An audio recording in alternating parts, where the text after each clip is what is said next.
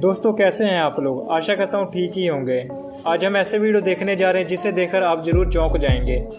आप सभी को पटाखे काफ़ी पसंद होंगे और आप में से कई लोग उन्हें दिवाली में उड़ाते भी होंगे, पर क्या आपको पता है कि उन्हें बनाया कैसे जाता है?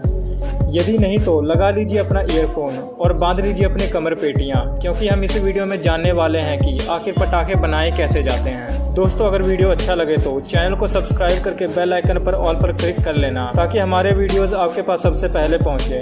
दोस्तों प्लीज़ चैनल को सब्सक्राइब करना मत भूलना। नंबर 1 पर है फुलझड़ी। दोस्तों फुलझड़ी सबसे आम पटाखों में से एक है, जिससे बच्चों से लेकर बूढ़े तक सब उससे खेलते हैं। तो चलिए जानते हैं कि आखिर वह बनते कैसे हैं। सबसे पहले एक बड़ी लकड़ी में तांबे के तार को घुसाया जाता है। इसके लिए तारों को लकड़ी से बने सांचे में डाले जाते हैं और फिर दूसरे लकड़ी से उसे पैक कर देते हैं। बाद में इन सभी को लॉक के जरिए पैक किया जाता है, जो कुछ इस तरह दिखाई देता है, और फिर उन तारों को एक खास तरह के पेस्ट में डाला जाता है, जिसके कारण फुलझड़ियाँ इतने अच्छे से जलती है। इस लिक्विड में डुबाकर निकालने के बाद जब ये लिक्विड सूख जाता है तब फिर से इसको लिक्विड में डुबाया जाता है ताकि वो मोटा हो सके। अब अच्छे से मोटा होने के बाद इसके ऊपर मैग्नीशियम का पाउडर डाला जाता है। ये वही पाउडर है जो जलने के बाद कुछ इस तरह दिखाई देता है। बाद में ये पाउडर पेस्ट से चिपक कर सूख जाते हैं। इसे सूखने में कम से कम 3 दिन लगते हैं। अब इन्हें निकालकर एक जगह पर इकट्ठा किया जाता है। इनका साइज 1 फुट से बड़ी हो सकती है। बाद में इन्हें कार्डबोर्ड में पैक कर दिया जाता है। तो इस तरह बनाए जाते हैं आपके फुलझड़ियाँ। नंबर 2 पर है सुतली बम। दोस्तों ये बम उन बमों में से एक है जो फटने से सबसे ज़्यादा तेज आवाज़ करती है और लगभग आप में से कई लोगों ने इसे फोड़ा भी होगा। तो चलिए जानते हैं कि आखिर इसे बनाया कैसे जाता है। सबसे पहले इन कार्डबोर्ड के बॉक्स में बारूद को भरा जाता है। अब इन्हें धागा, जिसे हम सुतली कहते हैं, उससे बांध दिया जाता है। जब अंदर के बारूद जल के बाहर निकलने की कोशिश करते हैं तो ये सुतली अंदर प्रेशर क्रिएट करते हैं और फिर काफ़ी ज़ोर से धमाका होता है। शायद इसी करके इस बम को सुतली बम भी कहा जाता है। सुतली बांधने के बाद इन्हें कुछ समय के लिए धूप में सूखने के लिए छोड़ दिया जाता है। अब इन पर हरा कलर डाला जाता है और इन्हें अच्छे से मिक्स किया जाता है। ये कलर कुछ ही घंटों में सूख जाते हैं। फिर इन बम को वापस अंदर लाया जाता है और एक सुई की मदद से इनके ऊपर होल किया जाता है।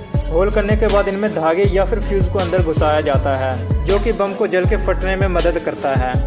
अब इसके ऊपर लेबल लगाया जाता है जो उस फ्यूज़ को पकड़ कर रखता है। फिर उसे बॉक्सों में पैक कर दिया जाता है और बेचने के लिए ट्रांसफ़र कर देते हैं। नंबर 3 पर आता है लाल पटाखे।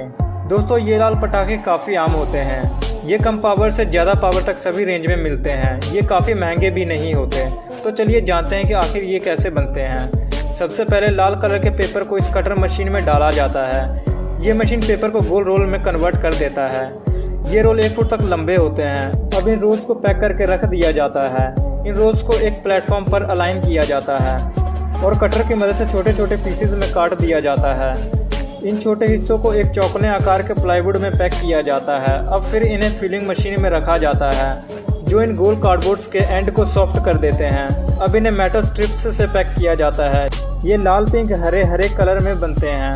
इसी तरह जो ज़्यादा बड़े और पावरफुल बम होते हैं उन्हें बनाने के लिए कई सारे न्यूज़पेपर को साथ में रोल किया जाता है, जो और ज़्यादा प्रेशर क्रिएट करता है। इनके भी रोल्स बनाने के बाद इन्हें भी छोटे छोटे हिस्सों में काट कर इनकी फिलिंग की जाती है। अब इन सबको एक जगह पर पैक करके रोल बनाकर रखा जाता है। फिर इन्हें बड़े सेट से छोटे सेट में कन्वर्ट किया जाता है। भारत में ये सब प्रोसेस हाथ से ही की जाती है। इसमें कटिंग से लेकर पेपर रोलिंग भी हाथों से ही की जाती है। बाद में इन रोल्स के ऊपर टिश्यू पेपर चढ़ाए जाते हैं। अब इन रोल्स के दूसरे भाग में मिट्टी लगाई जाती है। इसी मिट्टी के कारण इसके अंदर की बारूद गन पदार्थ बाहर नहीं निकलती। वर्कर्स पहले चढ़ाए हुए टिश्यूज पेपर में होल गिराते हैं और धागों को बारूद के पेस्ट में डुबाकर सुखाया जाता है, जो सिर्फ फ्यूज का काम करता है।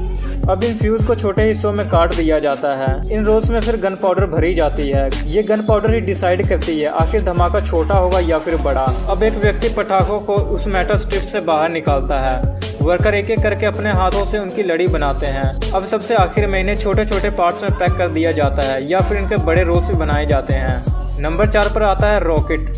दोस्तों बिना आसमान को चमकाए हर एक फंक्शन तो अधूरा ही रह जाएगा, जैसे कि रॉकेट के बिना दिवाली और न्यू ईयर। तो चलिए जानते हैं कि आखिर आसमान को चमकाने वाला रॉकेट आखिर बनाए कैसे जाते हैं। सबसे पहले बड़े बड़े कार्डबोर्ड्स की शीट को गोल आकार में काटा जाता है। अब जाड़े वाले कार्डबोर्ड्स को रोल किया जाता है और उनकी ट्यूब बनाई जाती है। अब उन सबको एक प्लेटफॉर्म पर रख दिया जाता है और चिपकाया जाता है। फिर उन ट्यूब्स को एक रस्सी की मदद से बांधा जाता है। बांधने के बाद अब उसमें स्टिक्स लगाई जाती है। स्टिक्स लगाने के बाद उन पर मिट्टी डाली जाती है और एक प्रेसिंग मशीन के जरिए इस मिट्टी को पैक या फिर सील किया जाता है। अब इस रोल में होल गिराया जाता है। होल्स गिरने के बाद तब उसमें फ्यूज डाली जाती है। फ्यूज लगाने के बाद इनको 30 से 40 सेट में अलाइन किया जाता है। अब इन सब में ऊपर से गन पाउडर डाली जाती है और फिर पहले से कटे हुए कार्डबोर्ड्स को इसके ऊपर डाला जाता है। अब इनमें ऊपर से फिर से बारूद डाली जाती है, जिसे हम डबल शॉट कहते हैं, एक रॉकेट को पावर देकर उड़ने के लिए और दूसरा ऊपर फटने के लिए। अब उन्हें पैक कर लिया जाता है और बेचने के लिए मार्केट में भेज दिया जाता है। दोस्तों, आपने कौन कौन से पटाखे फोड़े हैं हमें कमेंट करके ज़रूर बताइएगा।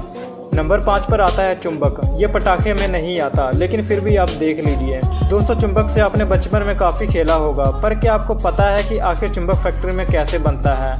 सबसे पहले वो चुंबक के आकार का सांचा बनाते हैं, जिसके लिए पहले तो कुछ चुंबक को एक सांचे में रखते हैं और उनमें रेत भर देते हैं। फिर उसे बाहर निकाला जाता है और एक्स्ट्रा रेतों को साफ कर दिया जाता है। अब उसे दूसरे प्रेसिंग मशीन में डाला जाता है, जो इस रेत को दबाता है और पूरे स्ट्रक्चर को टाइट कर देता है। कुछ ही सेकंड्स में ये रेत पत्थर का रूप धारण कर लेते हैं। अब असली चुंबक को बाहर निकाला जाता है और आपका सांचा बनकर तैयार हो जाता है। सांचे काफ़ी अलग अलग शेप्स के भी हो सकते हैं। अब असली चुंबक बनाने की प्रोसेस शुरू हो जाती है। इसके लिए वो कॉपर, कोबाल्ट, सल्फर, निकल, आयरन और एल्युमिनियम को एक पोर्शन में इलेक्ट्रिक इंडक्शन में डालते हैं। ये 1600 डिग्री सेल्सियस तक गर्म होता है और हर एक चीज़ को पिघला देता है जो उसमें गिरता है। सारी चीज़ें पिघलने के बाद सबको अच्छे से मिक्स किया जाता है। अब इन मिश्रण को पहले से बनाए हुए सांचे में डाला जाता है। जैसे ही ये मिक्सर सांचे में गिरता है, वैसे ही वो सारे आके लपटे से जलने लगते हैं। अब उन्हें नीचे डाला जाता है और हथौड़े से तोड़ा जाता है ताकि उसमें हवा जा सके और जल्दी से ठंडा हो जाए। अब एक चुंबक की मदद से सांचे के अंदर से चुंबक निकाला जाता है और बाकी मिट्टी को फेंक दिया जाता है। ये एक अलग टाइप का चुंबक है जो आकार में गोल है। इन सारे चुंबक को एक रोड पर चढ़ाया जाता है। अब उन्हें एक बड़े पाइप के अंदर डाला जाता है और पाइप को सिलिका सैंड से पैक कर दिया जाता है। फिर ऊपर से सीमेंट की मदद से सील कर दिया जाता है। अब इन्हें फर्नेस में डाला जाता है और फिर इसे गर्म होते वक्त इन्हें बाहर निकाल लिया जाता है। फिर इनमें एक रॉड घुसाई जाती है जो इसमें इलेक्ट्रोमैग्नेटिक करंट छोड़ती है। अब उन्हें दूसरे मशीन पर रखा जाता है जो उन्हें चार्ज करता है और फिर आपका चुंबक बनकर रेडी हो जाता है। दोस्तों, ये वीडियो आपको कैसा लगा कमेंट सेक्शन में ज़रूर बताइएगा। यदि आप वीडियो के अंत तक पहुंच ही गए हो तो वीडियो को लाइक करके चैनल को सब्सक्राइब करना मत भूलना। मैं मिलता हूं आपसे ऐसे एक और इंटरेस्टिंग वीडियो में। तब तक के लिए नमस्कार।